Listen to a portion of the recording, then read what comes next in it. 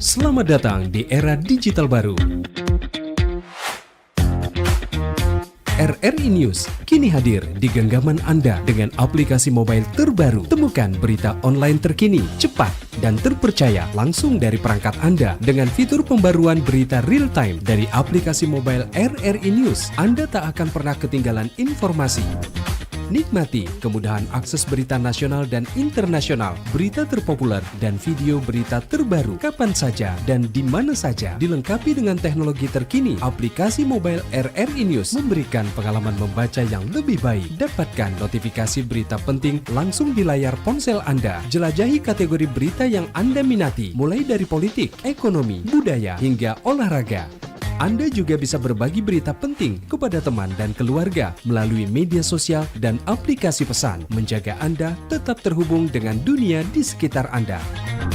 Memiliki jaringan lebih dari 80 microsite tersebar dari Sabang sampai Merauke, serta memiliki tren pembaca yang semakin meningkat. RRI News menghadirkan liputan berita terlengkap dan terkini dari seluruh Indonesia.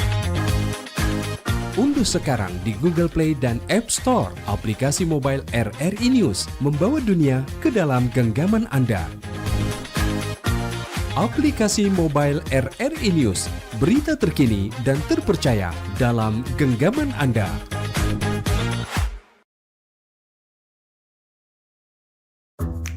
Wih, keren banget nih. Katanya ada obat herbal bisa mencegah sakit gigi seumur hidup. Ada hoax tuh. Widih. Ini juga keren nih. Ada sumber energi baru PLTH, pembangkit listrik tenaga hampa. Iya, itu juga hoax kali. Lu bacanya apaan sih? Aduh, pantesan portal abal-abal lu baca.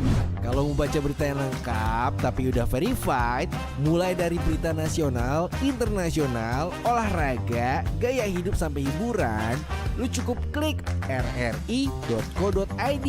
Di situ lu juga bisa streaming RRI digital. Aduh, makanya cek-cek dulu biar gak kegocek di rri.co.id.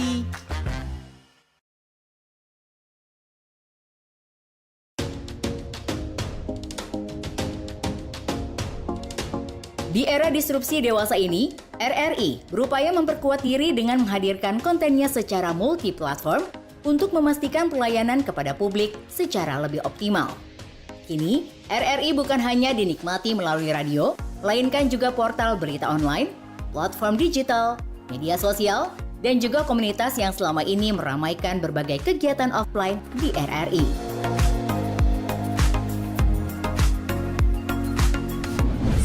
.1 FM teman terbaik kamu. Kali ini ada Mariana yang katanya pengen titip salam buat Mbak Nur yang lagi di Paris.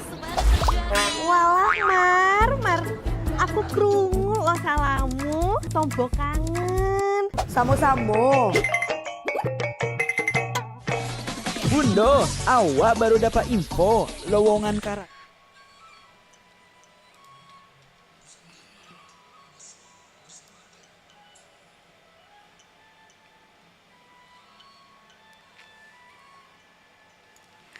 Ya, Assalamualaikum warahmatullahi wabarakatuh dan selamat malam sahabat budaya di mana saja berada. Kita berjumpa malam hari ini seperti biasa di acara apresiasi budaya lokal dan alhamdulillah hari ini saya sudah bersama narasumber kami yaitu Bapak Syahrudin Hadja SPDI SM MBA. Beliau adalah guru SMP SMA Ki Hajar Dewantara Makassar, Chairman Hameta Corporation Indonesia. Dan hari ini kita akan bicara tentang pemanfaatan teknologi digital meningkatkan kualitas pembelajaran di sekolah. Kita menyapa beliau dulu. Assalamualaikum, selamat malam Pak Syahrudin. Waalaikumsalam warahmatullahi wabarakatuh. Selamat malam. Apa kabar Pak? Alhamdulillah. Baik, baju-baju Jito, alhamdulillah. Iya, Pak, nanti kita akan bicara tentang pemanfaatan teknologi digital meningkatkan kualitas pembelajaran di sekolah. Sesaat lagi ya Pak ya. Kita akan kembali, kita dengarkan dulu satu kelong berikut ini. RRI Digital dengan tampilan baru, berbagai konten kolaborasi dari berbagai program nasional, termasuk siaran visual langsung, siaran radio langsung, daftar putar musik, podcast, berita video, dan berbagai fitur interaksi pengguna dalam permainan. Berbagai konten menarik seperti suka, komentar, dan berbagi, serta obrolan langsung dengan penyiar dan pengguna. Pesan langsung dan fasilitas obrolan pribadi antara pengguna aplikasi juga tersedia.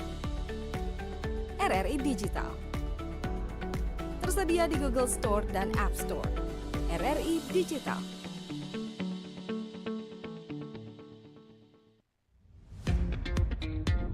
Selamat datang di era digital baru. RRI News kini hadir di genggaman Anda dengan aplikasi mobile terbaru. Temukan berita online terkini, cepat, dan terpercaya langsung dari perangkat Anda dengan fitur pembaruan berita real time dari aplikasi mobile RRI News. Anda tak akan pernah ketinggalan informasi. Nikmati kemudahan akses berita nasional dan internasional, berita terpopuler, dan video berita terbaru kapan saja dan di mana saja. Dilengkapi dengan teknologi terkini, aplikasi mobile RRI News memberikan pengalaman membaca yang lebih baik. Dapatkan notifikasi berita penting langsung di layar ponsel Anda. Jelajahi kategori berita yang Anda minati, mulai dari politik, ekonomi, budaya, hingga olahraga. Anda juga bisa berbagi berita penting kepada teman dan keluarga melalui media sosial dan aplikasi pesan, menjaga Anda tetap terhubung dengan dunia di sekitar Anda. Memiliki jaringan lebih dari 80 microsite tersebar dari Sabang sampai Merauke, serta memiliki tren pembaca yang semakin meningkat. RRI News menghadirkan liputan berita terlengkap dan terkini dari seluruh Indonesia. Unduh sekarang di Google Play dan App Store aplikasi mobile RRI News, membawa dunia ke dalam genggaman Anda. Aplikasi mobile RRI News, berita terkini dan terpercaya dalam genggaman Anda.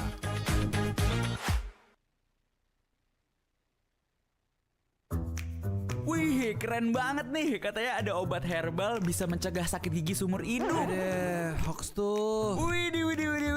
Ini juga keren nih. Ada sumber energi baru PLTH, pembangkit listrik tenaga hampa. Iya, itu juga hoax kali. Lu bacanya apaan sih? Aduh, pantesan portal abal-abal lu baca. Kalau mau baca berita yang lengkap tapi udah verified, mulai dari berita nasional, internasional, olahraga, gaya hidup sampai hiburan, lu cukup klik rri.co.id. Di situ lu juga bisa streaming RRI Digital. Aduh, makanya cek-cek dulu biar gak kegocek di rri.co.id.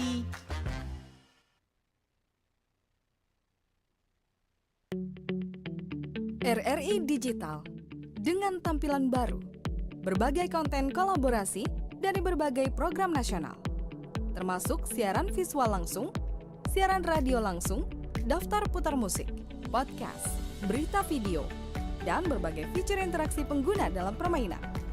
Berbagai konten menarik seperti suka, komentar, dan berbagi, serta obrolan langsung dengan penyiar dan pengguna.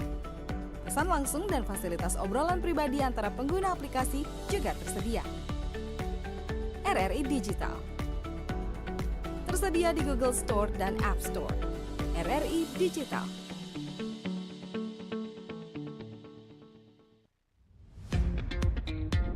Selamat datang di era digital baru. RRI News kini hadir di genggaman Anda dengan aplikasi mobile terbaru. Temukan berita online terkini, cepat, dan terpercaya langsung dari perangkat Anda dengan fitur pembaruan berita real time dari aplikasi mobile RRI News. Anda tak akan pernah ketinggalan informasi. Nikmati kemudahan akses berita nasional dan internasional, berita terpopuler, dan video berita terbaru kapan saja dan di mana saja. Dilengkapi dengan teknologi terkini, aplikasi mobile RRI News memberikan pengalaman membaca yang lebih baik. Dapatkan notifikasi berita penting langsung di layar ponsel Anda. Jelajahi kategori berita yang Anda minati, mulai dari politik, ekonomi, budaya, hingga olahraga. Anda juga bisa berbagi berita penting kepada teman dan keluarga melalui media sosial dan aplikasi pesan, menjaga Anda tetap terhubung dengan dunia di sekitar Anda. Memiliki jaringan lebih dari 80 microsite tersebar dari Sabang sampai Merauke, serta memiliki tren pembaca yang semakin meningkat. RRI News menghadirkan liputan berita terlengkap dan terkini dari seluruh Indonesia. Unduh Unduh sekarang di Google Play dan App Store aplikasi mobile RRI News, membawa dunia ke dalam genggaman Anda. Aplikasi mobile RRI News, berita terkini dan terpercaya dalam genggaman Anda.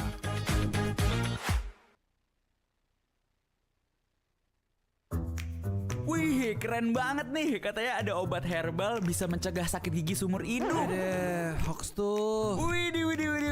Ini juga keren nih. Ada sumber energi baru PLTH, pembangkit listrik tenaga hampa. Iya, itu juga hoax kali. Lu bacanya apaan sih? Aduh, pantesan portal abal-abal lu baca.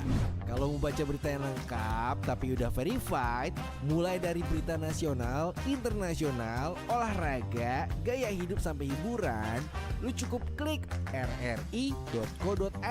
Di situ lu juga bisa streaming RRI digital. Aduh, makanya cek dulu. Baik, kita jangan masih bocor. bersama di apresiasi budaya lokal dan alhamdulillah kita bersama Pak Syahrudin Hadja SPDI SMBA. Beliau adalah guru SMP SMA Ki Hajar Dewantara Makassar, Chairman Hameta Corporation Indonesia.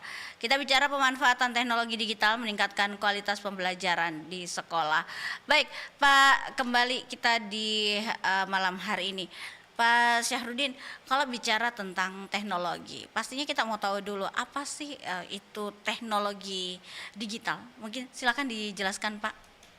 Baik, bismillahirrahmanirrahim. Assalamualaikum warahmatullahi wabarakatuh. Waalaikumsalam warahmatullahi wabarakatuh. Ini tentu sebuah topik yang sangat menarik Iya. kita bincangkan sebenarnya. Iya. Sebab hari ini, detik ini kita berada pada zaman teknologi Iya. yang mau tidak mau sebenarnya tidak bisa dihindari. Iya, betul. Kalau saya berikan perumpama sedikit ya, kalau Iya. teknologi itu adalah alat yang diciptakan untuk membantu aktivitas manusia secara efektif dan efisien. Itu sederhana. Gitu. Nah, tapi yang harus digarisbawahi di sini membantu, Iya, oke. bukan menggantikan. Nah, Oke. realitasnya hari ini itu kadang-kadang dilihat bahwa teknologi lahir, ada, eksis, tapi seakan-akan menggantikan aktivitas manusia. Oh iya. Menurut saya yang lebih bijaksana adalah kita posisikan teknologi itu tetap Iya. membantu, kita bukan menggantikan. Bukan menggantikan ya, Bukan Pak. menggantikan. Itu mungkin sekedar pengantar tentang teknologi. Oke. Lalu kemudian tentang teknologi Digital, iya. Karena kok bicara tentang teknologi kan ada analog, ada digital kan. Oh iya, betul. Nah, contoh misalnya tahun 80-an misalnya malah tahun 2000-an itu kita bisa di kampus mesti menggunakan mesin tik. Betul. Yang ribut-ribut ya. Masih saya masih dapat itu, Pak. Iya. Nah, itu pertanyaannya apakah itu masuk teknologi atau bukan? Nah, kalau kita melihat definisinya kan alat yang diciptakan untuk membantu berarti masuk teknologi. Tapi dia masih analog. Oke, Yang digital misalnya laptop. Iya, betul. Sekarang sudah proyektor. Kemudian gawai smartphone misalnya kan. Iya, betul.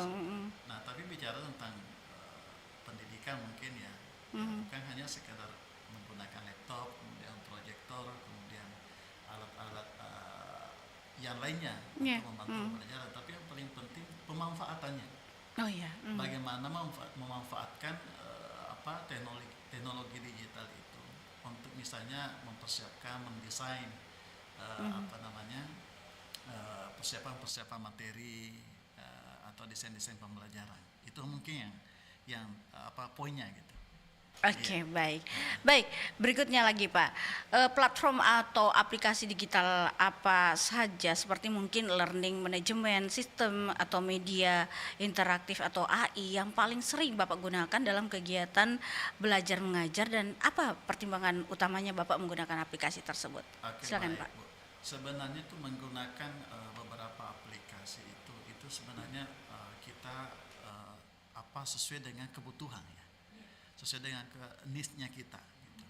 Misalnya nih kalau kita mau membagikan materi atau mengumpulkan tugas, tentu kita misalnya kalau saya masih pilih misalnya Google Classroom. Iya, oh iya. Nah, itu artinya ada pembagian-pembagiannya gitu. Kemudian misalnya kalau kita ingin menganalisis hasil belajar, misalnya mengevaluasi hasil belajar, biasa kita menggunakan apa namanya Google Form. Oh iya, biasa betul. dibuat itu. Kemudian misalnya membuat materi yang lebih interaktif, menarik, misalnya kita menggunakan Canva Education. Oh iya, betul. Ini kan sekarang memudahkan kita ya, karena Canva misalnya itu sudah tersedia template yang Iya, siap betul. dipakai gitu kan. Betul, Pak. Terus misalnya ada, kalau kita memberikan siswa misalnya visual konsep, kan bisa kita ada YouTube sering digunakan sekarang ini Iya. itu memberikan visual. Terus misalnya ada ChatGPT yang sering sekali. Oh, yang paling suka. terkenal gitu kan. Iya, iya. Gemini, ya, kemudian ada juga Microsoft Copilot. Itu bisa sebenarnya membantu guru untuk menyusun RPP misalnya kan. Iya. Kemudian membuat soal. Iya. Itu sebenarnya bisa membantu. Kemudian bisa juga mereka misalnya asesmen formatif yang menyenangkan untuk siswa, bisa menggunakan quizzes. Oh Ya iya. kan? Ada juga Kahoot dan lain sebagainya, itu sangat banyak macamnya, ragam yang bisa digunakan sebenarnya hari ini untuk Iya. aplikasi. Kalau saya itu masih sesuai dengan kebutuhan apa. Iya. Apa yang biasa Bapak gunakan? Itu tadi ya, mulai dari Google Classroom-nya, kemudian Google Form yang dibuat untuk evaluasi dan analisis data belajar. Iya. Kemudian Canva ya, paling banyak Canva. Canva paling banyak. Ya, Kenapa Pak lebih memilih banyak Canva gitu yang digunakan? pertama mungkin ini ada versi free, gratis. Oh iya. Meskipun ada pro-nya sebenarnya Bu, ada pro-nya tapi kan lebih banyak Gratisnya. Ada yang gratisnya juga. Yang kedua, yang gratisnya pun itu tidak kalah bagus misalnya template-nya yang sudah ini. Jadi memudahkanlah guru-guru untuk membuat apakah flyer atau materi-materi presentasi misalnya. Itu kan ada versi PPT-nya misalnya. Iya, Nah, betul. Jadi kalau dulu misalnya kita mendesain misalnya di PPT itu membutuhkan 1 malam misalnya, cari ide gitu kan. Seperti apa desainnya gitu kan. Iya. Hari ini kan ada template-nya, sisa Iya. diisi. Betul. Malah ada yang ChatGPT sudah bisa membuatkan kita. Tapi lagi-lagi kembali bahwa kita harus posisikan teknologi itu untuk membantu kita. Jangan menggantikan aktivitas posisi kita. Nah, itu yang mengerikan sebenarnya itu kalau Iya. menggantikan. Gitu. Waduh. Harus bijaksana sebenarnya. Oh iya, gitu ya Pak Itu ya. mungkin itu pertimbangannya, Bu. Oke, baik Pak. Bagaimana proses Bapak mengintegrasikan perangkat digital ini atau yang Bapak gunakan ke dalam perencanaan pembelajaran agar selaras dengan pencapaian pembelajaran di sekolah? Silakan Pak. Oke, baik. Kalau menurut saya ya, yang kita sering gunakan itu ada istilah dengan backward design. Backward design itu langkahnya yang pertama tentu kita harus menentukan misalnya apa capaian pembelajarannya. Terus yang kedua misalnya kita menentukan indikator keberhasilan. Kemudian yang ketiga baru kita menentukan atau memilih strategi belajar apa gitu. Terus terakhir baru kita menentukan aplikasi apa yang cocok dan tepat. Jadi bukan aplikasinya dulu. Oh, bukan aplikasi dulu. Bukan aplikasinya. Tapi kita dulu apa mau dicapai dulu. Kemudian kita membuat indikator keberhasilan. Kemudian membuat strategi pembelajaran apa gitu. Baru kita memilih aplikasi apa kira-kira yang tepat untuk digunakan. Oh begitu. Iya. Mata pelajaran apa biasa Bapak menggunakan ini? Saya biasa mengajarkan informatika. Informatika. Biasa mengajarkan bahasa Inggris. Wih, kalau informatika apa Pak? Yang biasa mungkin apa yang Bapak masukkan biasa itu ya? Ya mungkin dasar-dasar yang misalnya kalau anak-anak kita pengenalan misalnya hardware, kemudian software dan lain sebagainya, perangkat-perangkat lainnya. Oh iya. Tapi yang jelasnya intinya kita mau menjadikan teknologi digital itu bagaimana bisa menarik ya pembelajarannya sehingga anak-anak itu istilahnya tidak bosan ya atau pembelajarannya tidak boring. Nah, itu yang sebenarnya yang kita inginkan sebenarnya pemanfaatan dari digitalisasi pembelajaran itu. Oke, baiklah. Dah, berikutnya Pak, mungkin bagaimana teknologi digital membantu Bapak dalam memfasilitasi kebutuhan dan gaya belajar siswa di kelas? Tadi Bapak bilang boring alias bosan ya. Oke, silakan Pak. Oke, baik. Nah, tentu sebuah tantangan sebenarnya juga ya. Ya. Mengajar itu sebenarnya tidak mudah. Oh iya. Ya, betul-betul kesabaran yang luar biasa karena metode dan gaya belajar, style belajarnya anak-anak itu berbeda-beda, Bu. Coba bayangkan dalam kelas itu misalnya yang kelas gemuk misalnya sampai hampir 40-an. Bagaimana kira-kira style-stylenya guru bisa mempeta-petakan gitu kan. Oh ini gaya belajarnya gimana, apakah dia misalnya visual, kemudian apakah dia audio, apakah dia suka misalnya dia membaca, diskusi dan lain sebagainya. Itu kan guru harus memperhatikan di situ. Nah, tetapi sebenarnya karena adanya aplikasi teknologi digitalisasi dalam pembelajaran itu sebenarnya memudahkan kita sebagai guru untuk bagaimana kemudian mengakomodasi semua ragam-ragam atau style Siswa itu ya begitu ya. Contoh misalnya Iya. Misalnya kita misalnya kalau materi sejarah misalnya. Iya. Nah, itu sebagai contoh. Itu kan guru bisa membuat misalnya video dokumenter. Iya. Ya, bisa podcast. Nah, malah sekarang kan ada istilah virtual museum ya. Artinya sudah bisa melihat dia isinya tentang sejarah apa tanpa harus kita di tempat situ. Yeah, kemudian ada membuat timeline misalnya yang lebih interaktif tentang sejarah itu. Itu mungkin salah satu solusi ya. Teknologi itu bisa membantu sebenarnya bagaimana gaya belajar anak-anak itu bisa juga terpenuhi dengan pemanfaatan teknologi digital. Oke.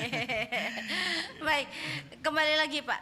Kalau bicara tentang sejauh mana penggunaan media digital mampu meningkatkan motivasi, fokus dan partisipasi aktif siswa SMP atau SMA yang Bapak ajarkan di sekolah ini selama proses belajar. Silakan Pak.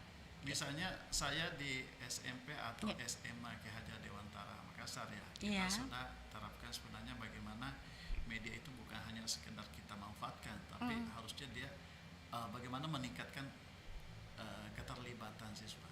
Karena kalau kurang keterlibatan siswa dalam pemanfaatan digitalisasi itu, pasti motivasinya juga tidak memberikan dampak yang signifikan. Tapi menurut saya ya tetap ada motivasi, meningkatkan motivasi belajar siswa, tapi ada prasyaratnya. Kalau menurut saya itu bahwa yang meningkatkan motivasi siswa itu sebenarnya bukan teknologinya, ya, tetapi bagaimana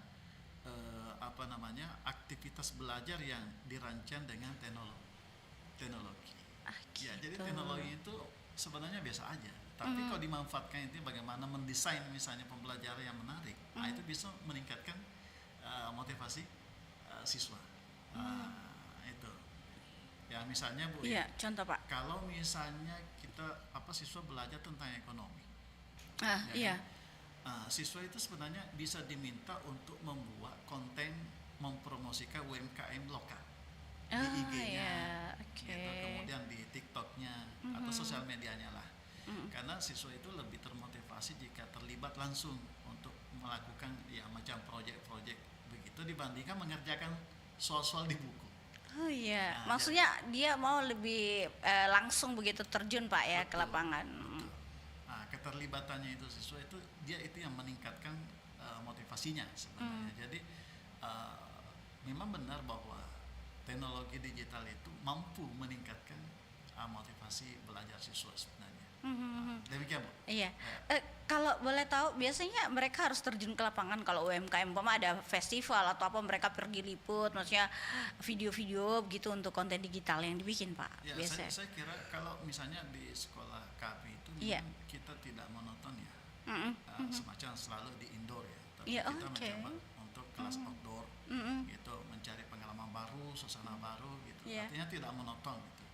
Jadi ini yang mungkin sebuah inovasi juga yang kami lakukan di sekolah Ki Hajar Dewantara Makassar itu baik SMP-nya maupun SMA-nya. Jadi dia tidak bisa ketinggalan dari sisi teknologinya juga, tetapi dia mampu melihat sebenarnya apa yang terjadi di masyarakat. Nah, jadi menarik sebenarnya dia bisa bukan hanya sekadar membuat proyeknya sendiri, tapi ada efeknya lah untuk membantu misalnya UMKM gitu, untuk mempromosikan produk-produknya meskipun ini masih istilahnya belum profesional lah kan, siswa-siswa yang mengerjakan Iya. misalnya video-videonya atau Iya. promosinya dan lain sebagainya. Tapi paling tidak kita perlu apresiasi. Oke. Kita perlu apresiasi jika misalnya itu bisa dilaksanakan di sekolah-sekolah. Oh iya, alhamdulillah. Oke. Baiklah, berikutnya Pak, kalau boleh tahu juga yang metode pembelajaran berbasis digital apa? Mungkin misalnya tadi kuis interaktif atau pembelajaran berbasis proyek yang Bapak sempat bilang, atau menurut Bapak paling efektif yang diterapkan pada tingkat SMP SMA itu apa Pak? Yang tadi sempat UMKM. Ada lagi mungkin Pak yang lainnya Ya, mungkin? kalau saya itu ada yang sering dilakukan ya, itu misalnya ada tiga metode yang digital ini. Kalau saya yang pertama itu ada disebut dengan project based learning. Iya. Itu siswa itu harus menghasilkan karya nyata. Contohnya Ya, Pak? misalnya membuat video kampanye lingkungan. Oh iya. Nah, harusnya hari ini itu digencarkan untuk siswa, karena itu sangat selaras dengan bagaimana pemerintah Wali Kota Makassar kan sekarang bagaimana sangat mengkampanyekan, mensosialisasikan bagaimana memilah Sampah, iya. sampah. Organik maupun non organik, iya. Organik dan sebagainya. Jadi ini sangat relevan dan sangat up to date dilakukan untuk guru-guru misalnya melakukan pembelajaran digitalisasi ini ke siswa-siswa kita. Itu yang dikenal dengan project based learning. Artinya ada karya nyata. Ya, jadi tampilannya itu kayak sampah-sampahnya mungkin gitu Pak ya, dibikin video ya, begitu ya. Video edukasi Bu. Iya betul, misalnya buang ini sampah yang ini organik, gini, begini. warna hijau mungkin atau Iya. non organik warna kuning atau warna putih mungkin begitu Pak ya maksudnya. Disitulah mungkin muncul kreativitas siswa. Gitu. Meskipun misalnya kalau misalnya dari lingkungan hidup kalau saya tidak salah misalnya ada warna-warna khusus ya. Iya, kalau betul. lingkungan, tapi misalnya kalau siswa itu biarkan mereka berkreativitas. Yang penting dia mampu untuk menjelas. Iya. Ada efeknya, bukan hanya efek ide. Iya. Tapi ada efeknya bagaimana mengenal pemilahan sampah dirinya sendiri. Iya iya. Nah, karena yang paling penting ini adalah siswa juga yang harus mengenal itu. Kalau boleh dikata sampahnya siswa itu banyak juga sebenarnya. Iya betul. Mereka kalau jajan Pak ya. Aduh, iya ya. Jadi itu salah satunya Pak ya. Kalau saya Apalagi itu Pak? salah satunya. Iya. Ada lagi mungkin Pak? Ya mungkin yang kedua ada disebut dengan flip classroom. Itu biasanya siswa itu belajar di rumah. Ya. Lewat video gitu kan. Kemudian besoknya baru diskusikan di kelas. Jadi itu kan efektif sebenarnya. Jadi menggunakan teknologi digital itu untuk belajar, kemudian tapi di sekolah itu dia bisa berdiskusi, bertemu langsung, bertukar pikiran dengan teman-temannya secara real gitu di kelas. Itu mungkin yang kedua, itu yang disebut dengan flip classroom. Iya. Yang berikutnya Pak, iya. Kemudian ada mungkin gamifikasi ya, belajar itu dibuat seperti permainan ya. Misalnya menggunakan tadi kuisis gitu kan. Misalnya ada aplikasi Kahoot. Itu kan sebenarnya metode ini bisa terbukti untuk meningkatkan keterlibatan siswa. Yang jelasnya intinya itu siswa harus terlibat. Begitu ya. Setiap melakukan pembelajaran tersebut ya. Oke, baiklah. Baik Pak Syahrudin, kita jeda dulu. Nanti kita akan kembali lagi ke perbincangan kita malam hari ini. Kita dengarkan kembali kelong berikut. RRI Digital dengan tampilan baru, berbagai konten kolaborasi dari berbagai program nasional, termasuk siaran visual langsung, siaran radio langsung, daftar putar musik, podcast, berita video, dan berbagai fitur interaksi pengguna dalam permainan. Berbagai konten menarik seperti suka, komentar, dan berbagi, serta obrolan langsung dengan penyiar dan pengguna. Pesan langsung dan fasilitas obrolan pribadi antara pengguna aplikasi juga tersedia. RRI Digital tersedia di Google Store dan App Store. RRI Digital.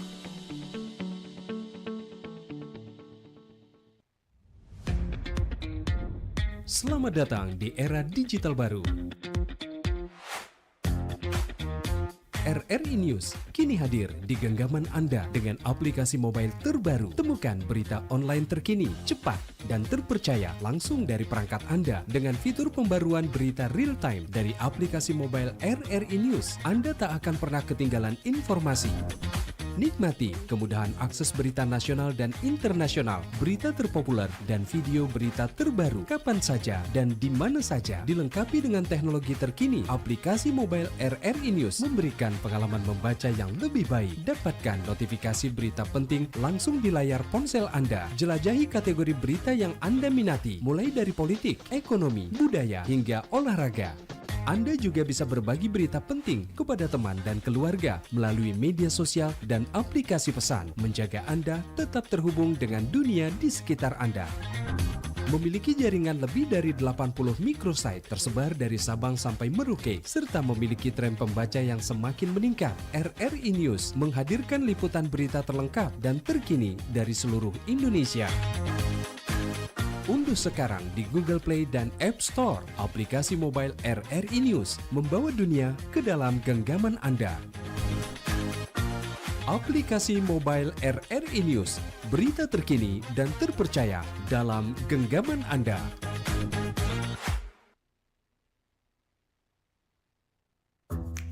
Wih, keren banget nih. Katanya ada obat herbal bisa mencegah sakit gigi seumur hidup. Ada hoax tuh. Widih. Ini juga keren nih. Ada sumber energi baru PLTH, pembangkit listrik tenaga hampa. Iya, itu juga hoax kali. Lu bacanya apaan sih? Aduh, pantesan portal abal-abal lu baca. Kalau mau baca berita yang lengkap tapi udah verified, mulai dari berita nasional, internasional, olahraga, gaya hidup sampai hiburan, lu cukup klik rri.co.id. Di situ lu juga bisa streaming RRI digital. Aduh, makanya cek-cek dulu biar gak kegocek di rri.co.id.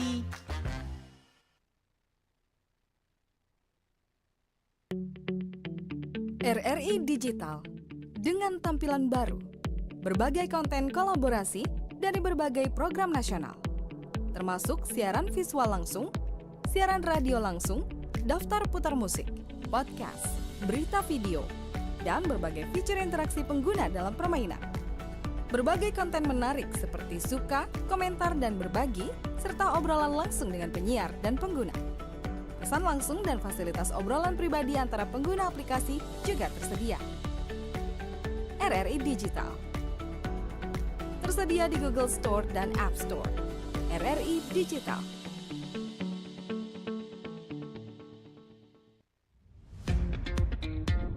Selamat datang di era digital baru.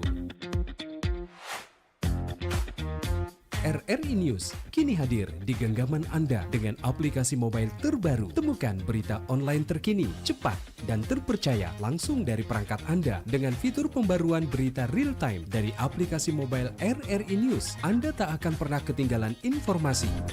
Nikmati kemudahan akses berita nasional dan internasional, berita terpopuler, dan video berita terbaru kapan saja dan di mana saja. Dilengkapi dengan teknologi terkini, aplikasi mobile RRI News memberikan pengalaman membaca yang lebih baik. Dapatkan notifikasi berita penting langsung di layar ponsel Anda. Jelajahi kategori berita yang Anda minati, mulai dari politik, ekonomi, budaya, hingga olahraga.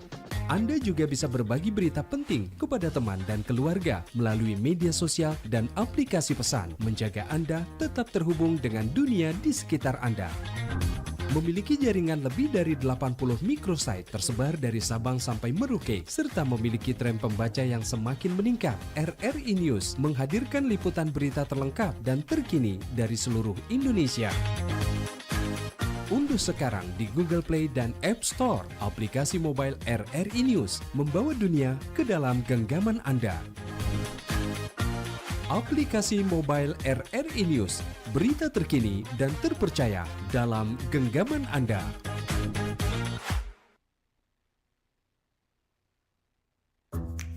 Wih, keren banget nih. Katanya ada obat herbal bisa mencegah sakit gigi seumur hidup. Ada hoax tuh. Widih. ini juga keren nih. Ada sumber energi baru PLT. Baik, kita melanjutkan perbincangan kita di malam hari ini, sahabat budaya, dan kali ini kita masih bicara terkait dengan pemanfaatan teknologi digital meningkatkan kualitas pembelajaran di sekolah. Baik, Pak Syahrudin, kembali lagi. Nah, bagaimana strategi Bapak menjaga agar penggunaan gawai atau laptop di kelas ini tetap terfokus pada materi dan tidak menjadi distraksi atau kebosanan bagi siswa? Silakan, Pak. Ya. Oke. Sebenarnya menghindari ya itu ya bisa dihindari apapun sebenarnya kalau digitalisasi. Bagaimana bisa kita ada inovasi. Nah, kalau menurut saya bahwa kita mesti punya konsep namanya digital management system. Oke. Ya, untuk menghindari distraksi ya. Kita mesti guru itu membuat beberapa aturan-aturan yang mesti disepakati antara guru dengan siswa di kelas pada saat kita menggunakan gawai misalnya atau handphone. Pertama mungkin gadgetnya itu itu nanti bisa dibuka ketika ada instruksi dari guru. Itu yang perlu disepakati dulu. Jadi nggak boleh misalnya langsung kita menggunakan begitu aja gitu. Karena kita tahu lah bahwa gawe hari ini atau ponsel itu kan sebenarnya boleh dikatakan kecanduan kita. Bukan hanya anak sekolah, kita saja Orang dewasa juga. Melek matanya, HP kemana? Iya betul. Bukan istrinya lah cari. HP kemana itu ya? HP ku dulu. Iya betul. Itu kenapa demikian? Karena kita harus paham juga bahwa dulu kan sebelum smartphone itu kan fungsinya namanya telepon cuma satu, komunikasi dua arah. Kemudian berkembang sudah bisa SMS-an. Betul. Nah, terus muncul namanya smartphone ini selesai. Di sebuah barang kecil ini ada semua di situ. Uangnya ada di situ. Gitu. Televisinya ada di dalam. Betul. Radionya ada di dalam. Betul. Jadi keinginan untuk selalu menyentuh barang kecil ini selalu ada karena memang istilahnya all things ada di sini. Segala sesuatunya sudah ada di dalam sini. Ya, jadi itu sebenarnya gitu. Tapi harus tadi istilahnya digital management sistemnya di kelas itu harus ada. Pertama tadi itu yang saya sampaikan bahwa gadgetnya nanti itu atau HP-nya nanti dibuka pada saat ada instruksi dari guru. Terus yang kedua misalnya aktivitas yang dibuat siswa itu harus sesingkat-singkatnya, tidak boleh terlalu lama. Ya kalau menurut saya paling tidak 10 sampai 15 menit lah. Artinya menggunakan gawainya itu untuk mengerjakan sesuatu misalnya di kelas. Jangan terlalu lama. Kalau lama biasanya mungkin sudah selesai tapi bilang belum. Mau mengakses mungkin yang lain medsosnya dan lain sebagainya. Jadi mesti ada kesepakatan. Terus yang ketiga siswa itu bagusnya bekerja kelompok. Kalau bekerja kelompok ini kan sebenarnya ada terjalin komunikasi, ada diskusi. Jadi bukan hanya 100% itu fokusnya di gawai di tangannya itu, tapi ada interaksi di sekelilingnya gitu. Sehingga tidak terfokus ke situ. Akhirnya dia juga bisa berpikir bahwa diskusi dengan teman bukan hanya untuk fokus mau buka dulu IG deh gitu, TikToknya dan lain sebagainya. Terus seterusnya itu ya guru harus ada monitoring. Ya paling tidak misalnya kerja kelompoknya anak-anak kita keliling-keliling gitu, melihat yang namanya anak-anak itu tetap harus diawasi. Dan anak-anak juga sebenarnya suka diawasi sebenarnya. Tapi yang tidak disuka itu intimidasi. Gitu. Kalau dia kita awasi dengan dia dalam hal positif itu sebenarnya dia senang sebenarnya di sekolah. Terus guru selanjutnya hasil pekerjaannya itu pada saat menggunakan gawai mestinya dia harus langsung presentasikan. Jadi dia tidak ada jeda gitu, tidak ada kesempatan. Tidak ada, dia punya chance di situ untuk bagaimana dia bisa belok-belok di dalam aplikasinya misalnya. Mungkin itu dari sisi bagaimana menghindari distraksi Iya. penggunaan gadget misalnya di kelas. Oke. Nah, kan dalam proses belajar mengajar, apalagi metode teknologi digital, Pak, pasti ada tantangannya. Nah, apa tantangan terbesar yang sering dihadapi saat Bapak menerapkan pembelajaran teknologi digital ini kepada siswa di sekolah Atta? Iya, silakan, Pak. Iya. Kalau menurut saya ya Iya. bukan lagi teknologinya yang menjadi tantangan besar, Oke. tetapi apa yang disebut dengan kesenjangan literasi digital. Oh iya. Ya, artinya guru-guru itu maupun siswa itu boleh dikata bahwa hampir seluruh sudah bisa dan mampu menggunakan dan memanfaatkan aplikasi. Ya, tetapi yang masalahnya adalah belum mampu untuk memberikan evaluasi informasi secara kritis. Nah, contohnya misalnya pemanfaatan AI, Iya. kecerdasan buatan itu Intelektual ya. terkadang menggunakan dengan tidak bertanggung jawab misalnya. Iya. Itu kan butuh literasi tuh, Bu. Ya, jadi kalau saya memang sangat butuh namanya literasi digital hari ini, baik guru maupun siswa, Iya. agar misalnya betul-betul bisa kita manfaatkan sesuai dengan peruntukannya, Iya. dengan bertanggung jawab dan lain sebagainya. Ya, misalnya menghindari plagiat apa gitu tanpa mencantumkan sumber, tidak menghargai misalnya karya orang lain ya. Iya. Ya diambil-ambil aja begitu, ya, di copy aja. Ya, sebenarnya itu butuh literasi bahwa tidak boleh, tidak bisa, mesti kita menghargai karya orang lain. Iya, Nah, iya. itu, Bu. Oh, itu ya, Pak ya. Oke, yang perlu diketahui. Nah, berikutnya Pak, boleh ditahu bagaimana cara Bapak menjembatani kesenjangan bagi siswa yang memiliki keterbatasan akses perangkat atau internet tahu di rumahnya. Mungkin biasa kan ada PR ya diberikan ya Pak ya, atau tugas ya Pak ya. Boleh silakan Pak. Oke, Iya. baik. Prinsipnya begini, sistem teknologi digitalisasi itu mesti konsepnya berkeadilan. Iya, oke. Ya, artinya dia tidak boleh misalnya ada peserta didik itu istilahnya tertinggal karena pada persoalan akses, pada persoalan fasilitas, Iya. mungkin karena keterbatasan perangkatnya misalnya.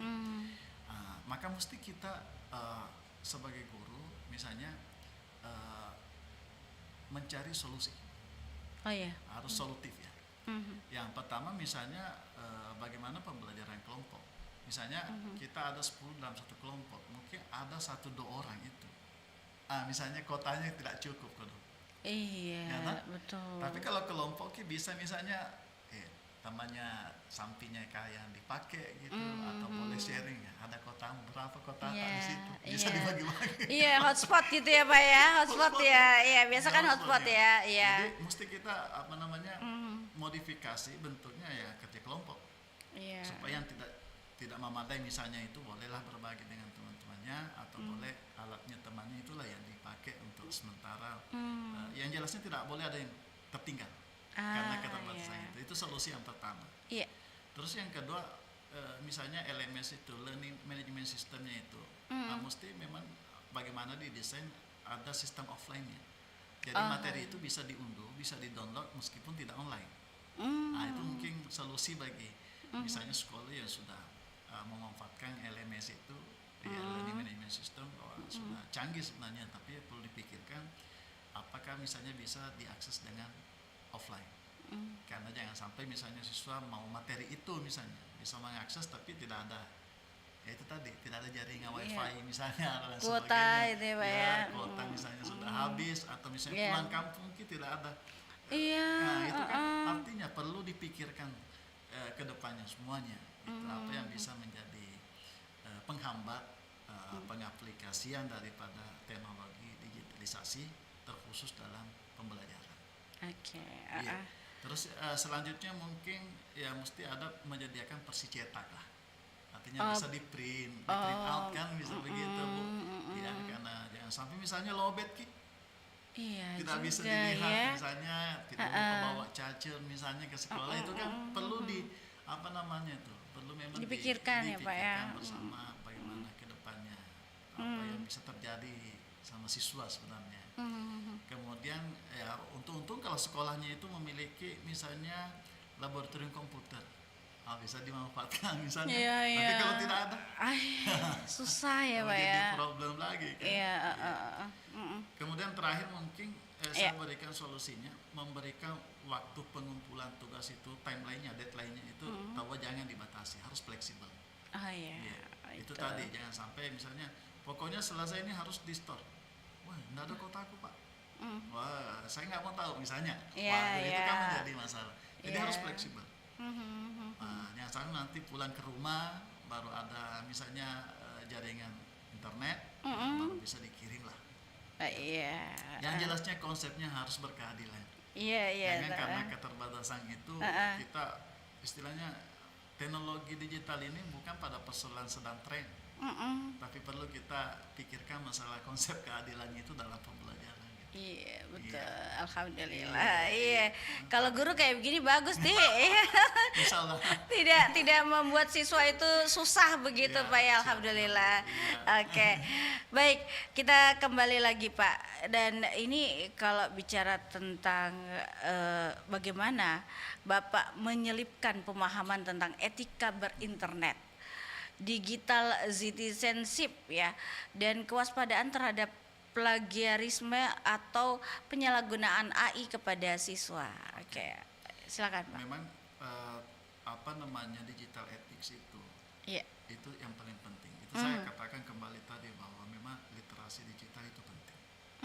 Bukan hanya sekadar bagaimana memanfaatkan, bagaimana mengoperasikan gitu, tetapi ada etika-etika yang seharusnya kita paham sebagai user, sebagai pengguna aplikasi, pengguna digitalisasi dan sebagainya. Yang kita kenal saat ini kan itu tadi digital citizenship. Tapi kalau menurut saya ya, itu hemat saya, mesti dibingkai dengan local wisdom, kearifan lokalnya kita sebagai Bugis Makassar. Jadi kalau saya bisa tambahkan bahwa digital citizenship itu dengan 3S. Apa itu Pak? Yang pertama itu sipakat tahu. Bagaimana memanusiakan sesama. Ya, bagaimana memanusiakan sesama misalnya kan dalam konsep digital citizenship itu berpikir dulu sebelum mengunggah.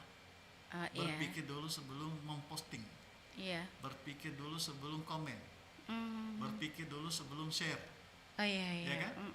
Itu semuanya kita pikir apakah tidak membuat tersinggung saudara kita. Iya, harus tahu begitu, sipakat tahu ya Pak ya. Sipakat tahunya itu harus tahu dulu. Konsepnya local wisdomnya itu. Kearifan lokalnya gitu, Bugis Makassar, jauh teknologi itu ada, sudah ada kita. Iya. Sebenarnya cuma literasi tentang local wisdomnya gitu itu seakan-akan terabai pada saat sekarang ini karena terdistrupsi dengan era-era teknologi hari ini. Tapi tetap harus kita kombinasikan secara bijak pemanfaatannya dengan kearifan lokal kita. Terus yang kedua misalnya menjaga privasi, itu kan sipakat tahu. Ya jangan sampai itu tadi saya posting ini, saya komen, saya share, kemudian membuat orang tersinggung, membuat orang ini marah, kan mungkin hoax misalnya. Bukan yang benar. Jadi memang perlu kita berpikir dulu sebelum istilah saya berpikir sebelum memposting. Istilahnya. Terus yang kedua, ya menghargai hak cipta tadi itu. Itu masuk sipakat lebih. Bagaimana saling menghargai. Ya harus dong dihargai hak ciptanya orang misalnya. Kalau kita memang menggunakan AI misalnya, apa salahnya misalnya kalau kita menulis di situ bahwa teks ini sumbernya dari AI misalnya, atau tulisannya si A, tulisannya si B. Gitu. Jangan seakan-akan kita ini kita punya tulisan yang bagus, kemudian narasi yang bagus, tapi ternyata sebenarnya itu bukan hasil karya pemikiran kita, tidak orisinal, tapi itu diambil dari orang lain. Nah, ini mestinya ada sipakat lebihnya di situ. Bagaimana menghargai karyanya orang, gitu kan. Kemudian bagaimana mencantumkan sumber tadi. Terus terakhir adalah yang terakhir adalah sipakat ingat. Bugis sipakat ingat, Makassar sipakat ingat ya. Betul. Nah, itu yang penting. Misalnya tidak menyebarkan hoax. Ya, kalau bahasa agamanya watawasau bil haq ya sedikit. Iya, iya. Saling mengingatkan lah Bu. Iya, betul. Benar nggak? Mm-mm. Apa benar ini Iya. beritanya gitu. Jangan sampai ini berita palsu, Iya. berita tidak benar, atau hoax kemudian kita mau sharing. Jadi ada Posting sifat juga keinginan. ya, posting ya. Iya. Biasa kan orang postingnya itu ya tidak bertanya dulu atau tidak tahu sumbernya dulu begitu. Biasa kan begitu Pak, asal posting saja. Heeh. Memposting dan yang lebih banyak itu merepost, Ih, itu lagi. di share langsung, ya, Iya. diposting lagi, diposting lagi. Iya, iya, diteruskan, Padahal diteruskan gitu ya. belum tentu dia tahu bahwa benar tidak nih. Ini betul-betul kalau menurut saya sangat butuh namanya kebijaksanaan. Kebijaksanaan buat digitalisasi itu sebenarnya butuh perjuangan. Bukan perjuangan itu, perjuangan melawan ego kita sendiri. Oh iya. Iya, melawan ego kita sendiri. Karena kita terkadang uncontrol. Iya. Tidak terkontrol untuk itu. Ada dilihat posting, ada dilihat di repost, di komen, di share. Padahal itu belum tentu. Jangan sampai itu berita bohong dan sebagainya. Ini tantangan besar. Iya. Lagi-lagi kembali sangat-sangat penting namanya literasi digital. Oke. Oke. Oke Jadi deh. 3S-nya itu tadi dalam digital citizenship-nya itu Iya. kita bingkai dalam kearifan lokalnya kita, sipakat tahu, kemudian sipakat lebih, kemudian sipakat. Oke. Nah, itu mungkin baik. merupakan contoh ya yang bisa kita terapkan sehari-hari dalam berdigitalisasi, khususnya kita sebagai guru, pendidik maupun siswa. Oke. Karena guru Keren sebagai ya. siswa izin mesti kita jadi teladan, jadi contoh. Iya. Ya, karena teladan itu tidak bisa diajarkan, tetapi Iya. harus dicontohkan. Cocok. Ya, iya. Jadi kita dulu pendidik maupun siswa diajarin ke siswa nggak boleh begitu, ini etikanya berdigitalisasi dan lain sebagainya, gitu. Nah, baru ke masyarakat luas. Ada itu pepatah mengatakan guru kencing berdiri, murid kencing berlari begitu ya. Oke. Itu ya. Absolutely. itu ya Pak ya. Tepat sekali. Luar biasa, Bu. Ya. Iya ya. Oke, baiklah. Kembali lagi Pak. Nah, bagaimana teknologi digital ini membantu efisiensi proses penilaian dan pemberian umpan balik atau feedback kepada siswa? Silakan Pak. Ya, tentu namanya teknologi itu memberikan akses jauh lebih cepat ya, kencang gitu. Ya, dibandingkan analog atau yang manual gitu kan. Iya. Nah, contoh misalnya tadi memanfaatkan yang gratis-gratis, misalnya Google Form, itu kan bisa kita mengoreksi secara otomatis, misalnya kalau membuat soal. Iya. Kita juga bisa melihat di situ berapa soal yang benar, berapa soal yang salah, malah bisa langsung kelihatan skornya berapa. Jadi sebenarnya bisa kita mengetahui lebih cepat tentang kompetensinya anak-anak itu, yang mana kurang. Iya. Gitu. Jadi itu mungkin boleh dikata bahwa teknologi digital pembelajaran itu sangat membantu, khususnya dalam penilaian pembelajaran, penilaian siswa dan lain sebagainya. Nah, itu demikian, Bu. Oke, baik. Nah, Pak, berdasarkan pengamatan Bapak sendiri, apakah ada peningkatan kualitas pemahaman materi atau hasil belajar siswa setelah teknologi diterapkan secara intensif begitu? Oke. Kalau berdasarkan pengalaman ya, Iya. artinya setiap pendidik itu memiliki pengalaman yang berbeda-beda. Oke. Nah, tapi yang saya dapatkan misalnya secara pribadi sangat ada meningkat. Ya. Artinya hasil belajar itu meningkat. Kenapa? Ya paling tidak ada beberapa reasons. Alasannya yang pertama karena keterlibatan siswa. Ya rata-rata misalnya dalam proyek kegiatan digitalisasi pembelajaran itu kan siswa terlibat. Artinya kalau siswa terlibat berarti termotivasi. Iya. Tidak tinggal diam gitu. Iya, iya, iya. Dia terlibat. Kemudian yang kedua, kemampuan siswa itu mencari informasi. Misalnya dikasih tugas, dia mencari tahu di Google, search engine, apakah di search engine yang lainnya misalnya, di mesin pencari. Tapi itu kan effort, ada usaha. Iya. Nah itu yang perlu dihargai, artinya kemampuan ini anak-anak itu mau mencari gitu. Daripada misalnya dia mengetik saja mencari jawaban, tapi kalau mencari informasi ada usaha misalnya menggunakan mesin-mesin pencari lainnya. Berarti itu artinya ada istilahnya peningkatan motivasi untuk menggunakan teknologi digital dalam belajar dan mengajar. Iya. Kemudian yang ketiga misalnya ada kreativitas di dalamnya. Jadi adanya aplikasi, misalnya anak-anak mau mendesain di Canva itu meskipun template-nya sudah tersedia, sudah available, tapi tentu butuh juga kreasi-kreasi. Iya juga. Dikasih Warna. bunga-bunga di pinggir deh. Iya. Bagaimana layoutnya dan lain sebagainya kan masih bisa dirubah-rubah. Itu tidak bisa itu kalau tidak ada kreativitas. Nah itu artinya keterlibatan kreativitas siswa itu ada. Nah, terus misalnya komunikasi. Nah saya melihat ada kecenderungan. Iya. Anak-anak sekarang itu lebih mau berkomunikasi lewat aplikasi dibandingkan ngomong langsung. Misalnya ke guru. Oh iya. Ya misalnya chat, Pak gimana nih gitu.